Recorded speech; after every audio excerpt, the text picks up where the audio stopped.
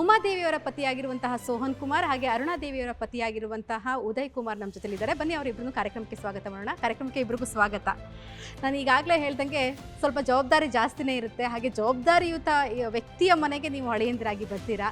ಹೇಗಿತ್ತು ನಿಮ್ಮ ಮೊದಲ ಎಂಟ್ರಿ? ಹಾಗೆ ಯಾವ ರೀತಿಯಾಗಿ ನಿಮಗೆ ಸಾಕಷ್ಟು ಸಜೆಷನ್ಸ್ ಎಲ್ಲ ನೀಡ್ತಾ ಇರ್ತಾರ? ಅಳಿಯ ಅನ್ನುವಂತಹ ಒಂದು ಗೌರವ, ಭಯ, ಭಕ್ತಿ ಎಲ್ಲವೂ ಕೂಡ ಇಲ್ಲಿಯೂ ಕೂಡ ಸಿಕ್ಕಿದೆಯಾ ನಿಮಗೆ ಅಂತ? ಮೊದಲನೇದಾಗಿ ಅವರ ನಮ್ಮ ತಂದೆಯವರು ಮತ್ತು ಮಾವನವರು ಯಡಿಯೂರಪ್ಪನವರು ಸ್ಟೂಡೆಂಟ್ಸ್ ಡೇಸಲ್ಲಿ ಮುಗಿಸ್ಕೊಂಡು ಬಂದಮೇಲೆ ಇಬ್ಬರು ರೂಮ್ಮೇಟ್ಸ್ ಆಗಿದ್ದರು. ಸೊ ಅವಾಗಿಂದನೂ ನಾವು ಪರಿಚಯನೇ. ಸೊ ಆ ವಿಚಾರದಲ್ಲಿ ಕಂಟಿನ್ಯೂ ಆಗಿ ಈಗ ಅವರೇ ಸಜೆಷನ್ಸ್ ಎಲ್ಲ ಬಿಸ್ನೆಸ್ ಬಗ್ಗೆ ಜಾಸ್ತಿ ಕೇಳ್ತಾ ಇರ್ತಾರೆ. ನಾವು ಅದಕ್ಕೆಲ್ಲ ಹೇಳ್ತಾ ಇರ್ತೀವಿ. ಭಾಳ ಇಂಟ್ರೆಸ್ಟ್, ತಿಂಗಳು ಏನೇನು ಬಿಸ್ನೆಸ್ ನಡೀತು ಪ್ರತಿಯೊಂದು ವಿಚಾರಿಸ್ತಾ ಇರ್ತಾರೆ. ಇಂಥವೆಲ್ಲ ತಂದೆಗೆ ಮೊದಲೇ ಸ್ನೇಹಿತರಿದ್ದರಿಂದ ನಿಮಗೂ ಕೂಡ ಪರಿಚಯ ಇದ್ರಾ ಯಡಿಯೂರಪ್ಪನವರು?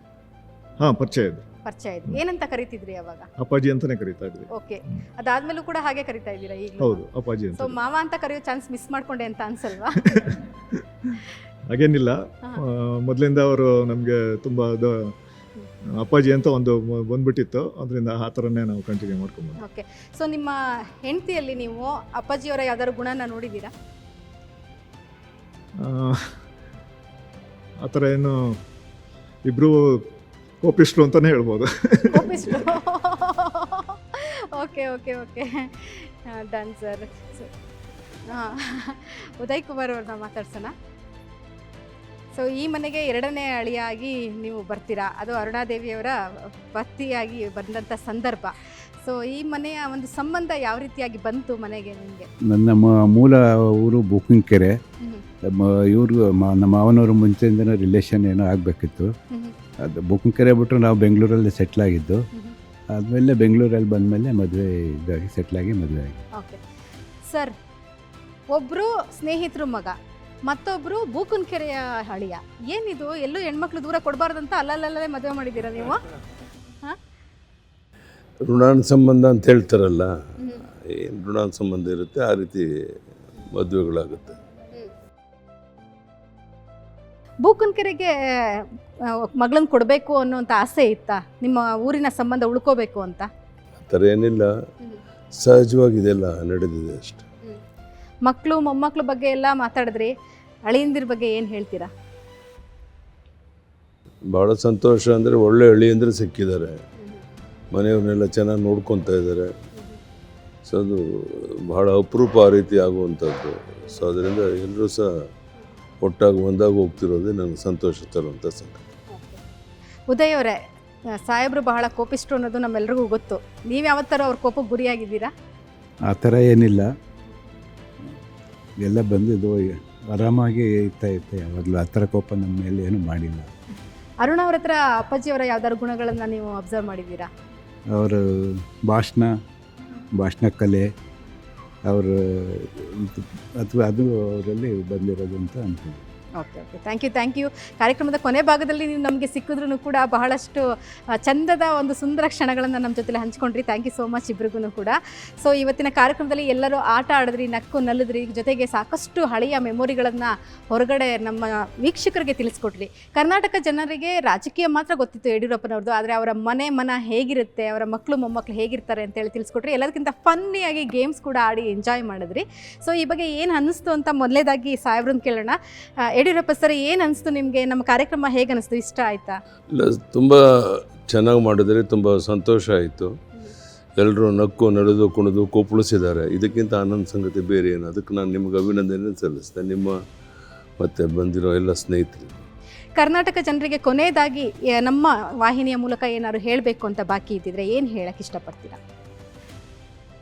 ಭಾಳ ಒಳ್ಳೆ ರೀತಿ ಈ ಒಂದು ವಾಹಿನಿ ನಡೀತಾ ಇದೆ. ಜನರ ಪ್ರೀತಿ ವಿಶ್ವಾಸನ ಗಳಿಸಿದೆ. ಇನ್ನೂ ಹೆಚ್ಚು ಪ್ರೀತಿ ವಿಶ್ವಾಸ ಗಳಿಸಿ ಜನಪ್ರಿಯಗೊಳ್ಳಿ ಅಂಥೇಳಿ ನಾನು ಈ ಸಂದರ್ಭದಲ್ಲಿ ಆಶಿಸ್ತೇನೆ. ಧನ್ಯವಾದ. Thank you so much. ಅರುಣಾದೇವಿಯವ್ರನ್ನ ನಾವು ಬಹಳಷ್ಟು ದಿನ ಬೆಂದು ಬಿದ್ದಿದ್ವಿ. ಯಡಿಯೂರಪ್ಪ ಸರ್ದು ಈ ಥರ ಒಂದು ಆಫ್ ಬೀಟ್ ಪ್ರೋಗ್ರಾಮ್ ನಮ್ಗೆ ಬೇಕಂತ, ಅದಕ್ಕೋಸ್ಕರ ಬಹಳ ಟೈಮ್ ಮಾಡ್ಕೊಂಡು ಕೊಟ್ಟರು. ಮೇಡಮ್, ಏನು ಅನಿಸ್ತು ನಮ್ಮ ಕಾರ್ಯಕ್ರಮದ ಬಗ್ಗೆ?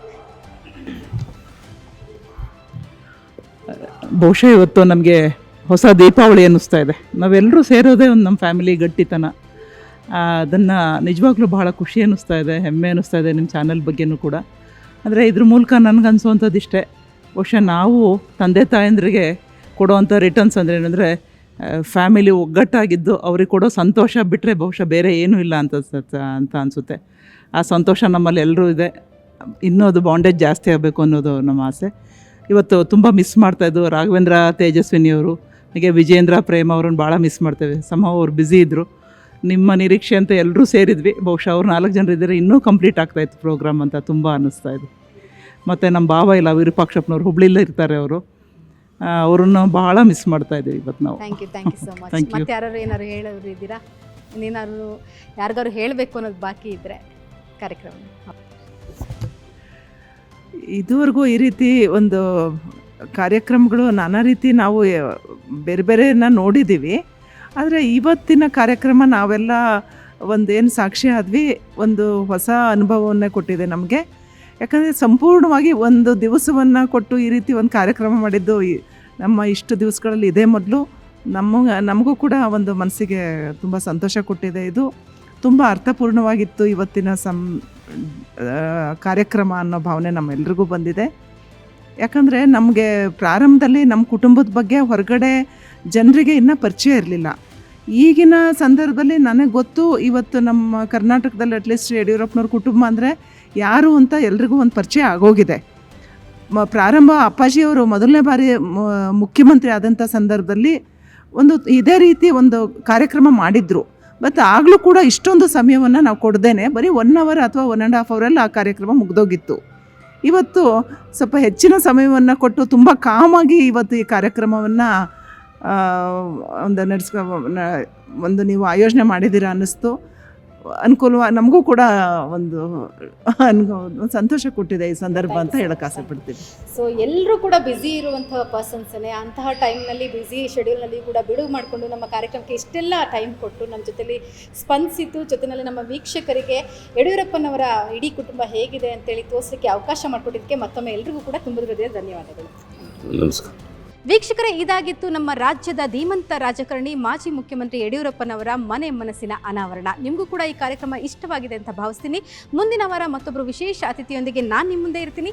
ಅಲ್ಲಿವರೆಗೂ ಮಿಸ್ ಮಾಡದೆ ನೋಡ್ತಾ ಇರಿ ನೇರ ದಿಟ್ಟ ನಿರಂತರ ಸುದ್ದಿಗಾಗಿ ಏಷ್ಯಾನೆಟ್ ಸುವರ್ಣ ನ್ಯೂಸ್.